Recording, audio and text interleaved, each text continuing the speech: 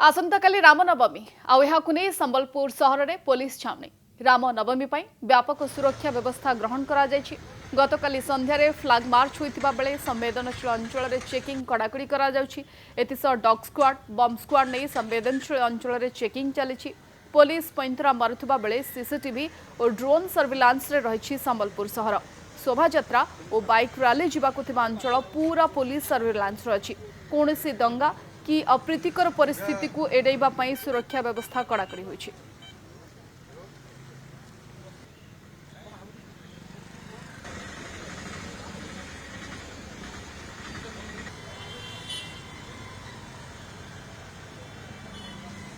area पदयात्रा जीवे जो area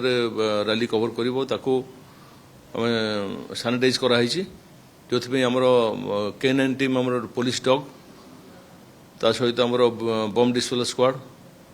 और ड्रोन सर्विलांस चली प्रति कली कंदी जो सब जिन